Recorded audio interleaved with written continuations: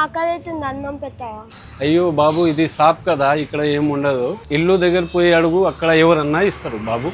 అన్న ప్లీజ్ అన్న, నాకు ఆకలి అవుతుంది, కొంచెం ఉంటే పెట్టావా?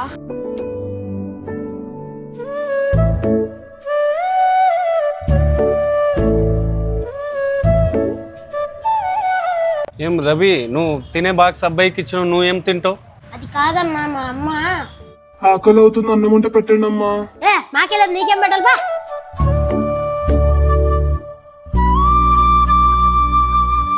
రవి తప్పు నానా, అలా అనకూడదు.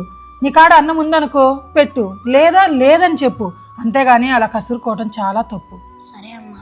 ఒక్కటి గుర్తుపెట్టుకో నాన్న, మన ఆకలి తీరినప్పుడు మనం పడే ఆనందం కంటే ఎదుటి వాళ్ళ ఆకలి తీర్చినప్పుడు వచ్చే ఆనందం చాలా గొప్పది.